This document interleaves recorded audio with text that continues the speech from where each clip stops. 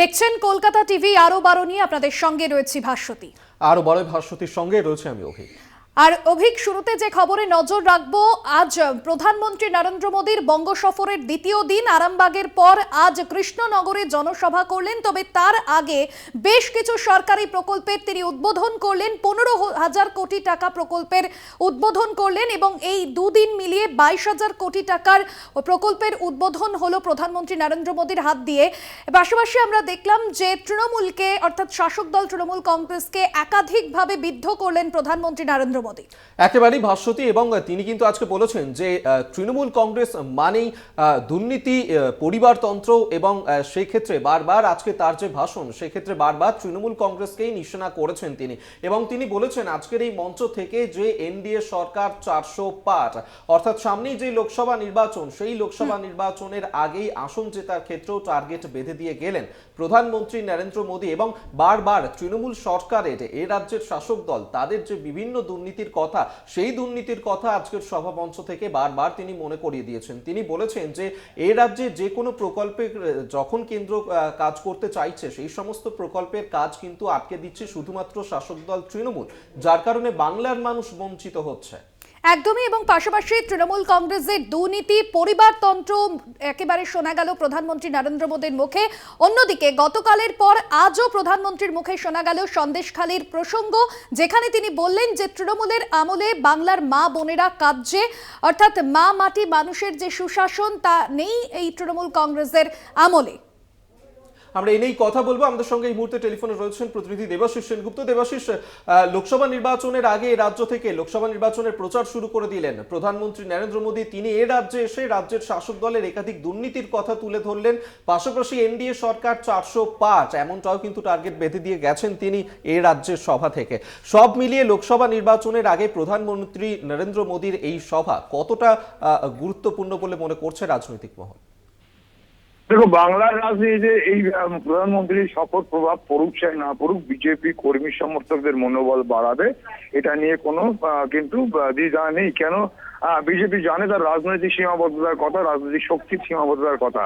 এর আগে দেখা গেছিল, এর আগের বিধানসভা নির্বাচনে যেভাবে কেন্দ্রীয় মন্ত্রী, প্রধানমন্ত্রী, স্বরাষ্ট্রমন্ত্রী থেকে শুরু করে বিজেপি শাসিত রাজ্যের মুখ্যমন্ত্রীরা, কেন্দ্রীয় একাধিক মন্ত্রী বারংবার তারা এসছে, পশ্চিমবঙ্গে ঘরবাড়ি করে ফেলেছিল এবং তারা বলেছিল ইসবার 200 পার। সেক্ষেত্রে পশ্চিমবঙ্গের মানুষ 200 তো দূরের কথা, 3 অক্ষরেও পৌঁছাতে পারেনি বিজেপি। সেই জায়গায় দাঁড়িয়ে থেকে আবারও লোকসভা নির্বাচনকে কেন্দ্র করে ইতিমধ্যেই কিন্তু বিজেপির পক্ষ থেকে বিজেপি কেন্দ্রীয় নেতৃত্ব বঙ্গ বিজেপিকে কিন্তু 35টি আসনের লক্ষ্যমাত্রা বেঁধে দিয়েছে।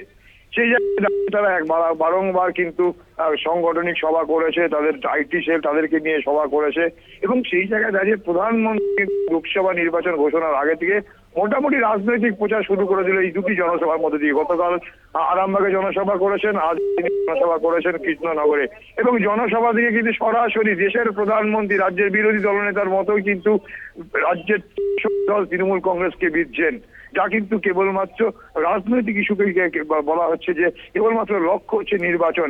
কেন? বিরোধী দলনেতা যেভাবে বলেন, রাজনৈতিক রাজ্যের শাসক দল তাকে যেভাবে বৃত্ত করেন, প্রধানমন্ত্রী মঞ্চে দাঁড়িয়ে কিন্তু সেভাবে প্রতিক্রিয়া করছে। এবং বারবার যখন রাজ্যের শাসক দল বলছে যে কেন্দ্রীয় প্রকল্পের টাকা দিচ্ছে না, সেই জায়গায় দাঁড়িয়ে তার ধারে পাশ দিয়ে গেল না, বরঞ্চ উপরন্ত রাজ্যের শাসক দল দুর্নীতি করছে, পরিবারতন্ত্র করছে। এবং সেই জায়গায় দাঁড়িয়ে তারা যেটা বললেন যে জব কার্ডে, সেখানে জব কার্ড যা দেওয়া হচ্ছে সেটার টাকা কিন্তু গ্রামের মানুষ পাচ্ছে না। যদিও রাজ্যের পক্ষ থেকে রাজ্যের শাসক দল তারা অভিযোগ করছে যে কেন্দ্রীয় প্রকল্পের টাকা দিচ্ছে না, আর কি পরিমাণ টাকা দিয়ে তার কিন্তু খোলসা করে প্রধানমন্ত্রী কোনো জবাব দেয়নি। বরঞ্চ এই দুদিনে তিনি 22,000 কোটি টাকার নতুন প্রকল্প ঘোষণা করেছেন, এমনটাই বললেন সড়ক খাতে উন্নয়ন করবেন তিনি, সেখানে ইলেকট্রিসিটির উন্নয়ন হবে, সড়ক পথ উন্নয়ন হবে, এই সবগুলোই তিনি বলে গেলেন। যে প্রকল্পে 22,000 কোটি টাকা তিনি বিনিয়োগ করেছে, 22,000 কোটি টাকার প্রকল্প উদ্বোধন করেছে, অর্থাৎ ভোটমুখী প্রকল্প এবং পরিচালনা, তার যে প্রচার, সেই প্রচার করে গেলেন। সেই ক্ষেত্রে নিয়ে সেটা দাঁড়িয়ে সেটার উপর ভিত্তি করে তিনি বললেন এবারের লোকসভা নির্বাচনে রাজ্যের 42টি আসনের মধ্যে 42টি আসন তাদের দিতে হবে। এমনটাই তিনি কিন্তু আবেদন জানালেন সেই মঞ্চ দিকে, এবং এর পাশাপাশি বললেন যে স্লোগান এর আগে থেকে দিয়ে আসছে যে ইস বার 400 পার, এবং সেই জায়গায় দাঁড়িয়ে যখন দেখছি সারা দেশে যখন নরেন্দ্র মোদীর সরকারের বিরুদ্ধে, বিজেপি সরকারের বিরুদ্ধে যখন মানুষ যখন ফুটছে, কৃষকরা যখন, দেশের কৃষকরা যখন বিভিন্নভাবে তারা প্রতিবাদ করছে, এবং বারবার যে অভিযোগ আসছে যে যারা অন্নদাতাদের পাশে কিন্তু দেশের সরকার নেই এবং তাদের বিভিন্নভাবে হেয় প্রতিপন্ন করছে, এবং সেই জায়গায় দাঁড়িয়ে থেকে তারা বুঝতে পারছে তাদের এবার পুনরায় কিন্তু ক্ষমতায় আসা যথেষ্ট কঠিন। সেই জায়গায় দাঁড়িয়ে বারবার করে সেই গোয়েবলসের থিওরি তারা অ্যাপ্লাই করছে যে ইস বার 400 পার, ইস বার 400 পার করে এরকম একটা মিডিয়া হাইপ করার চেষ্টা করা হচ্ছে, এবং যারা তাদের বিরুদ্ধে, কেন্দ্রীয় সরকারের বিরুদ্ধে বলছে না কেন, তাদেরকে বিভিন্নভাবে কেন্দ্রীয় এজেন্সি দিয়ে বিভিন্নভাবে তাদেরকে হেনস্থা করা হচ্ছে। সেই জায়গায় দাঁড়িয়ে আজকে কৃষ্ণনগরের তার বক্তব্য এবং রাজ্য সরকারের বিরুদ্ধে তৃণমূল কংগ্রেসের বিরুদ্ধে সরাসরি তার যে প্রচার, তার যে বক্তব্য, তা কিন্তু যথেষ্ট ইঙ্গিতবহ, এবং সেই জায়গা থেকে দাঁড়িয়ে বাংলায় তাদের ভোটের পরিমাণ কি হবে না হবে জানি না, তবে এই যে তার বক্তব্য পুরোটাই যে একদম লোকসভা কেন্দ্রীয় এবং সামনেই নির্বাচনকে মাথায় রেখে তিনি করছেন, এমনটাই কিন্তু মনে করছেন অন্তত পশ্চিমবাংলার রাজনৈতিক বিশেষজ্ঞরা, দেশের রাজনৈতিক বিশেষজ্ঞরা। অসুদী, একদমই ধন্যবাদ জানাবো। দেবাশিস সেনগুপ্ত আমাদের প্রতিনিধি ছিলেন ফোন লাইনে। একেবারেই, এবং আজকের প্রধানমন্ত্রী নরেন্দ্র মোদী তিনি সভা করলেন কৃষ্ণনগরে, এবং সেই সভা থেকেই তৃণমূল কংগ্রেসকে একের পর এক আক্রমণ করে তার যে বক্তব্য, সেই বক্তব্য তিনি তুলে ধরেছেন, এবং গরিবের টাকা লুট করছে তৃণমূল কংগ্রেস, এমনটাই তিনি বলেছেন। তৃণমূল মানেই তু মে করাপশন, এমনটাই কিন্তু বলেছেন আজকে প্রধানমন্ত্রী। এবং সামনেই লোকসভা নির্বাচন, আগামী 5 বছরে দেশ তো বটেই, এ রাজ্যের মানুষের ক্ষেত্রেও কর্মসংস্থানের ক্ষেত্রেও বিপুল পরিবর্তন আসবে যদি মোদী সরকার ফের একবার ক্ষমতায় আসে। আজকের এই লোকসভা নির্বাচনে সেক্ষেত্রে বিজেপিকে যাতে ভোট দেওয়া হয়, বাংলার মানুষ যাতে বিজেপির পাশে থাকে, সেই বার্তাই কিন্তু তুলে ধরে গেলেন আজকে প্রধানমন্ত্রী নরেন্দ্র মোদী। পাশাপাশি সন্দেশখালী নিয়েও তৃণমূল কংগ্রেসকে তোপ দাগলেন প্রধানমন্ত্রী নরেন্দ্র মোদী। এই মুহূর্তে আমাদের সঙ্গে টেলিফোন লাইনে রয়েছেন তৃণমূল মুখপাত্র শান্তনু সেন। আপনাকে স্বাগত কলকাতা টিভিতে। প্রধানমন্ত্রী নরেন্দ্র মোদী তিনি আজ 22,000 কোটি টাকার প্রকল্পের গত দুদিনে যে উদ্বোধন করলেন, পাশাপাশি তিনি সরাসরি তৃণমূলকে তোপ দাগলেন, তৃণমূলকে আক্রমণ করলেন। সন্দেশখালীর বোনেরা সুবিচার চায়, পাশাপাশি তিনি মন্তব্য করলেন যে তৃণমূল মানেই পরিবারতন্ত্র এবং দুর্নীতি। কিভাবে দেখছেন প্রধানমন্ত্রীর এই মন্তব্যকে, আপনি কি প্রতিক্রিয়া দেবেন? ভারতবর্ষের প্রধানমন্ত্রী যদি পরিবারতন্ত্রের কথা বলে তাহলে ঘোরাতেও হাসে। তার কারণ তার মন্ত্রিসভায় রাজনাথ সিং থেকে শুরু করে অনুরাগ ঠাকুর, জ্যোতিরাদিত্য সিন্ধিয়া থেকে শুরু করে ভারতী পাওয়ার, ধর্মেন্দ্র প্রধান থেকে শুরু করে নির্মলা সীতারামাইয়া এবং তার অন্যান্য রাজ্যের বিভিন্ন নেতাদের মধ্যে উত্তরপ্রদেশের সিদ্ধার্থনাথ সিং থেকে শুরু করে মধ্যপ্রদেশের কৈলাস বিজয়বর্গী, এরা সবাই পরিবারবাদে যুক্ত। এবং নরেন্দ্র মোদীর second in command Amit Shah, তার ছেলে জীবনে ক্রিকেট ব্যাট না ধরে বিসিসিআই সর্বসত্তা হয়ে বসে আছে। তিনি যখন পরিবারবাদের কথা বলেন, এর থেকে হাস্যকর আর কিছু হতে পারে না। বেশ, অনেক ধন্যবাদ জানাবো আপনাকে। তৃণমূল মুখপাত্র শান্তনু সেন ছিলেন আমাদের সঙ্গে ফোন লাইনে। তৃণমূলকে আক্রমণ করে নরেন্দ্র মোদী আজ বলেন, অত্যাচার ও বিশ্বাসঘাতকতার নাম তৃণমূলের জন্য দুর্নীতি আর পরিবাদী গুরুত্বপূর্ণ, মানুষের উন্নয়ন নয়। পাশাপাশি লোকসভা নির্বাচনের আগে এনডিএ সরকার 400 পার এই টার্গেটও বেঁধে দিলেন প্রধানমন্ত্রী। এমনকি বাংলাতেও 42টা আসনের টার্গেট বেঁধে দিয়েছেন প্রধানমন্ত্রী নরেন্দ্র মোদী। সেক্ষেত্রে এই প্রধানমন্ত্রীর এই বক্তব্য বঙ্গ বিজেপির যে অন্তর্কলহ প্রকাশ্যে এসেছিল, সেই অন্তর্কলহ আদৌ মেটাতে পারে কিনা, এবং বঙ্গ বিজেপির যে সাংগঠনিক দুর্বলতা তাকে আরো মজবুত করতে পারে কিনা বিজেপির নেতারা, তারা কতটা মনোবল ফিরে পান প্রধানমন্ত্রীর বক্তব্য থেকে, সেদিকেও অবশ্যই নজর থাকবে। তবে তৃণমূল কংগ্রেস রাজ্যের শাসক দল, তাদেরকে বারবার প্রধানমন্ত্রীর বক্তব্য যে নিশানা, সেই নিশানা করতেই আমরা দেখেছি, যেখানে তৃণমূল মানেই বিশ্বাসঘাতকতা, তৃণমূল মানেই পরিবারতন্ত্রবাদ, তৃণমূল মানেই দুর্নীতি, এমনটাই কিন্তু আজকের বক্তব্য থেকে তুলে ধরলেন প্রধানমন্ত্রী। পাশাপাশি সন্দেশখালী নিয়েও সুর চড়াতে শোনা গেল প্রধানমন্ত্রী নরেন্দ্র মোদীকে, এবং সন্দেশখালীর মেয়েরা তারা সুবিচার চাইছেন, এবং তৃণমূল মানেই তু মে করাপশন, তৃণমূল এ রাজ্যের মানুষকে গরিব করে রাখতে চায়, এমনটাই কিন্তু বলেছেন আজকের সভা থেকে প্রধানমন্ত্রী নরেন্দ্র মোদী। নরেন্দ্র মোদীর দ্বিতীয় দিন আজ বঙ্গ সফরে কৃষ্ণনগরে সরকারি প্রকল্পের উদ্বোধন করলেন। গত দুদিনে অর্থাৎ গতকাল আরামবাগ এবং আজ মিলিয়ে 22,000 কোটি টাকা সরকারি প্রকল্পের উদ্বোধন হলো প্রধানমন্ত্রীর হাত ধরে। তবে এই জনসভা থেকে তিনি সরাসরি তৃণমূল কংগ্রেসকে নিশানা করলেন। লোকসভা নির্বাচনের আগে রীতিমতো লোকসভা নির্বাচনের নির্ঘণ্ট ঘোষণার আগে প্রচারে ঝড় তুললেন প্রধানমন্ত্রী নরেন্দ্র মোদী, যেখানে তিনি তৃণমূলের এই যে পরিবারতন্ত্র এবং সেই পরিবারতন্ত্রকে তিনি সরাসরি আক্রমণ করলেন। এবং এর আগেও আমরা দেখেছি বারবার বিজেপি নেতৃত্ব তারা কিন্তু এ বিষয়ে আঙুল তুলেছেন এবং এবার প্রধানমন্ত্রী নরেন্দ্র মোদী তিনি আবারও সরব হলেন এই পরিবারতন্ত্র নিয়ে। পাশাপাশি সন্দেশখালী ইস্যু নিয়েও সরব হতে দেখা গেল প্রধানমন্ত্রীর গলায়, যেখানে তিনি বললেন যে সন্দেশখালীর মা বোনেরা সুরক্ষিত নেই তৃণমূলের আমলে, পুলিশ নয় অপরাধীরা, সন্দেশখালীর যারা অভিযুক্ত তারা গ্রেফতার হোক, তাই সেটাই চাইনি রাজ্য এবং তার জন্যই কিন্তু কেন্দ্রকে অর্থাৎ বিজেপির যে সরকার তাদেরকে ঝুঁকতে বাধ্য হতে হয়েছে। সন্দেশখালীর বোনেরা সুবিচার চায়, তৃণমূল সরকার তাদের মনের কথা শোনেনি, এমনটাই তৃণমূলকে তোপ দাগলেন প্রধানমন্ত্রী।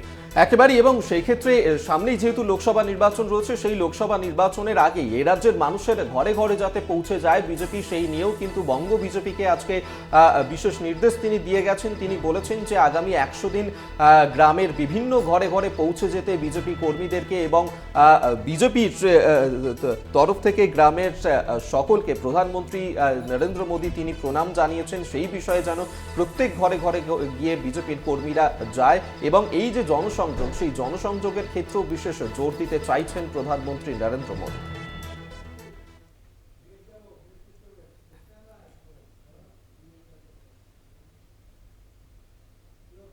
আরো বারোর সময় এখন একটা বিরতির। অন্যান্য খবর নিয়ে ফিরছি বিরতির পর, সঙ্গে থাকুন।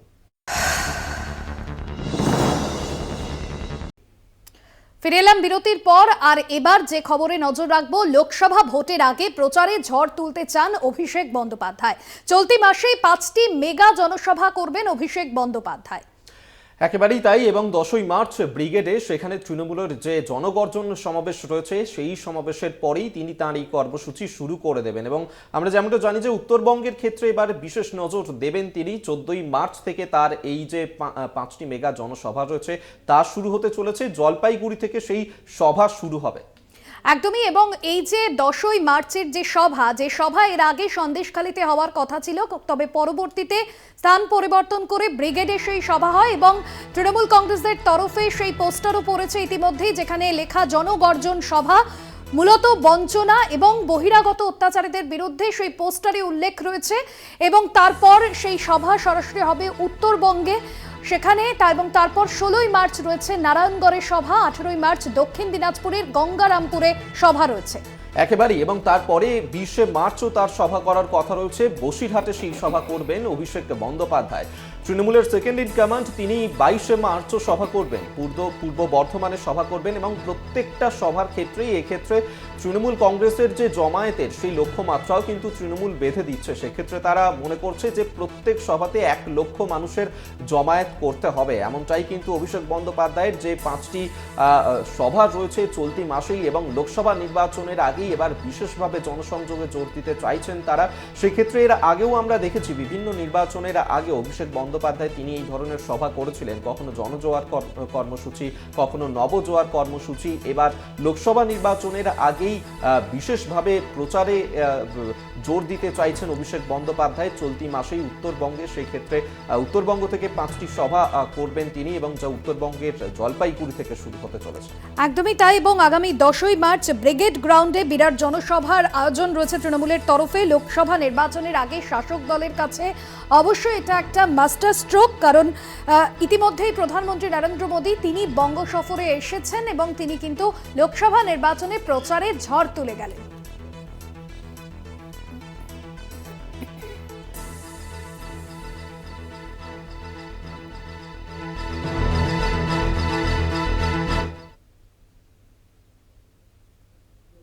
সুদীপ বন্দ্যোপাধ্যায়ের বিরুদ্ধে বিস্ফোরক পোস্ট কুণাল ঘোষের।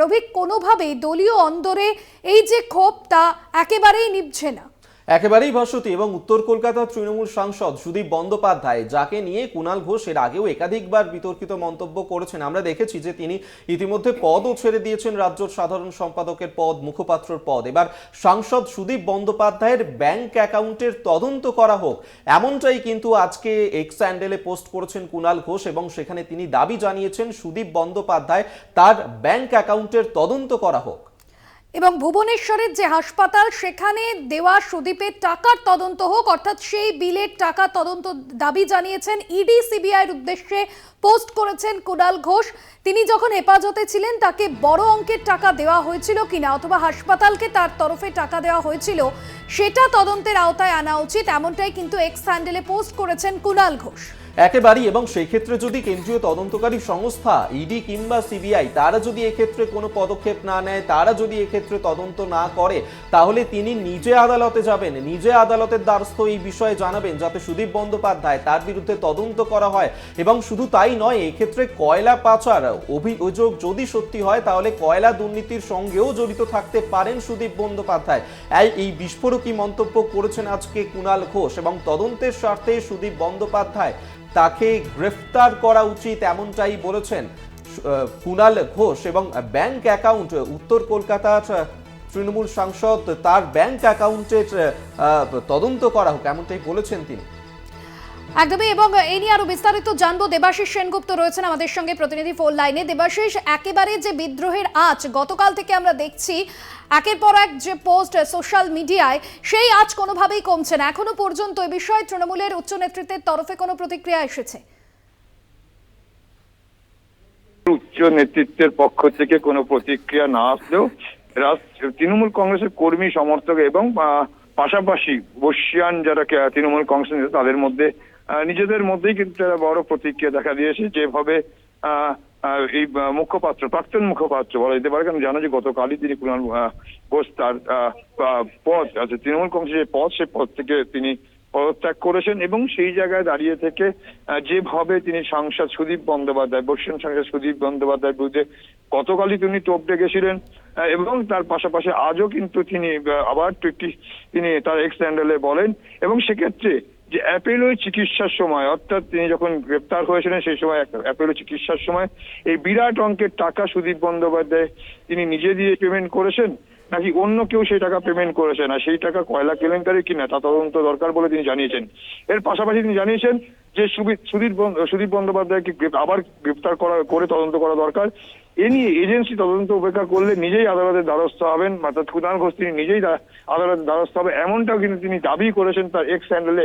এবং সেই জায়গায় দাঁড়িয়ে থেকে রীতিমতো কিন্তু রাজ্য রাজনীতি, অর্থাৎ শাসক দলের তৃণমূল কংগ্রেসের মধ্যে কিন্তু রীতিমতো একটা উত্তেজনা রয়েছে যে তৃণমূল কংগ্রেসের প্রাক্তন মুখপাত্র তিনি এইভাবে, যদিও কুণাল ঘোষ জানিয়ে রেখেছে, কুণাল ঘোষ এই যে বক্তব্য রেখেছে, সেই বক্তব্য একজন সমাজকর্মী এবং একজন সাংবাদিক হিসেবে তার নিজের মতামত ব্যক্ত করেছেন।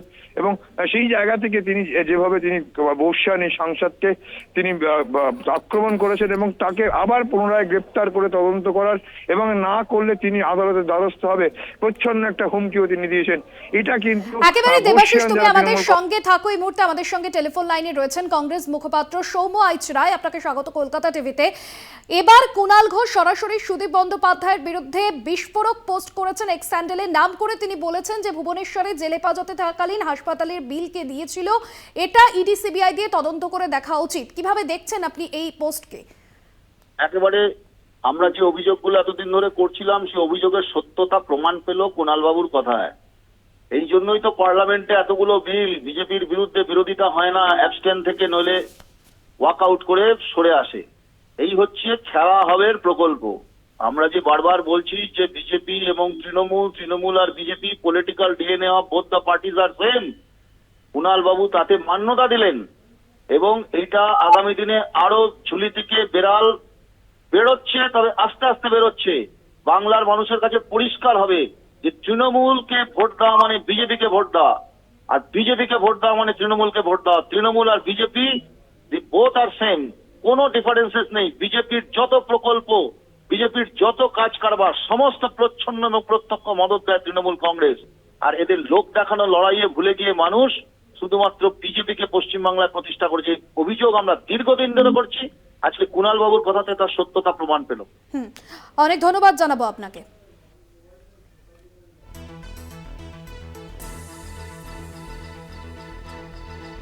আপনাদেরকে আরেকবার জানিয়ে রাখবো, এই মুহূর্তে কুণাল ঘোষ তিনি যে পোস্ট করেছেন এবং সুদীপ বন্দ্যোপাধ্যায় তার বিরুদ্ধে ফের একবার বিস্ফোরক অভিযোগ এনেছেন তিনি।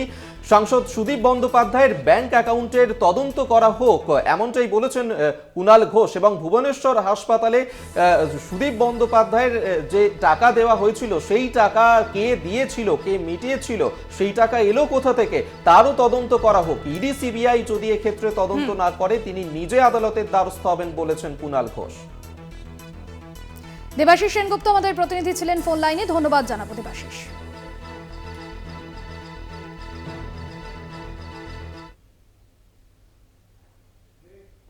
আরো 12 সময় এখন একটা বিরতির। ফিরছি বিরতির পর, সঙ্গে থাকুন।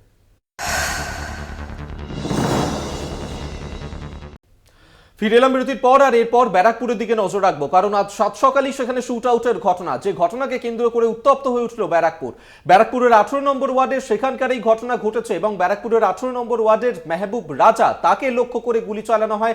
সাত সকালেই শুট আউটের ঘটনাকে কেন্দ্র করে উত্তপ্ত হয়ে উঠল ব্যারাকপুর একেবারে, এবং নতুন করে আবারও উত্তপ্ত ব্যারাকপুর শিল্পাঞ্চল।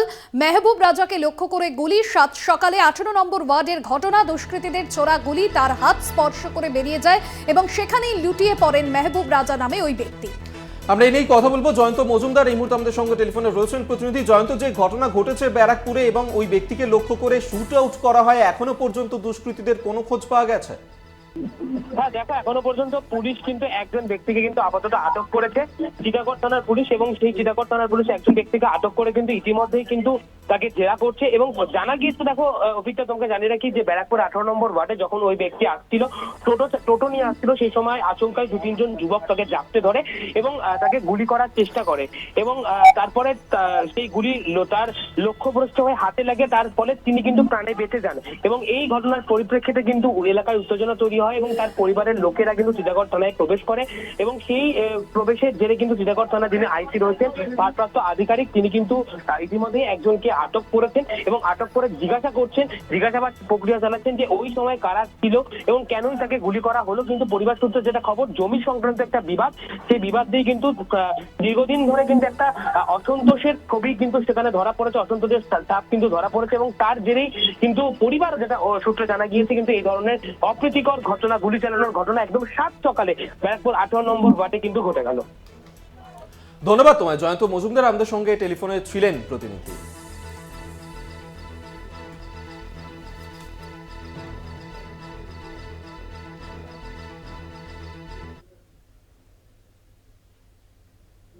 আর এবার যে খবরে নজর রাখবো, বেঙ্গালুরু বিস্ফোরণের ঘটনায় সিসিটিভিতে ধরা পড়ল সন্দেহভাজন ব্যক্তি।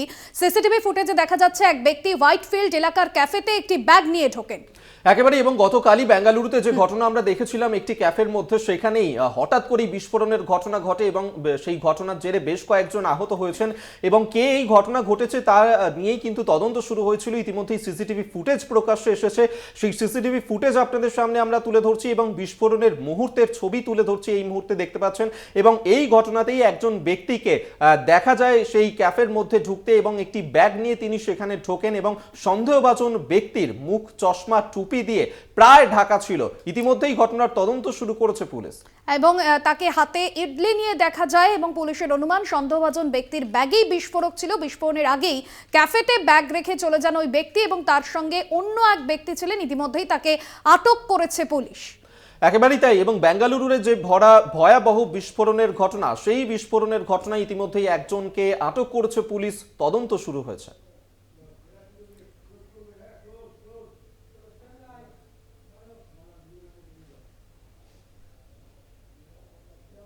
আরো 12 এখনকার মতো এই পর্যন্তই। দেখতে থাকুন কলকাতা টিভি, রাত দিন 7 দিন।